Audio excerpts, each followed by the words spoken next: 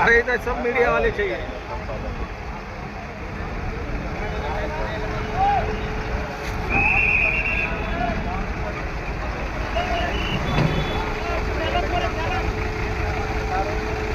बीड नगरपालिका व वाहतूक शाखेची मोठी कारवाई म्हणता येईल।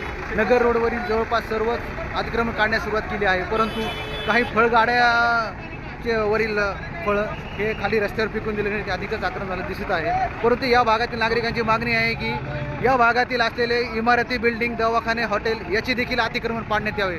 फक्त गोरगरिबासाठीच हा कायदा आहे का? गोरगरिबासाठीच फक्त न्याय आहे का? यासाठी यांना न्याय मिळण्यासाठी यांना पंचनामा करणे, या माल जे म्हणजे नासधूस झाले याची पंचनामा करण्याची मागणी केली आहे।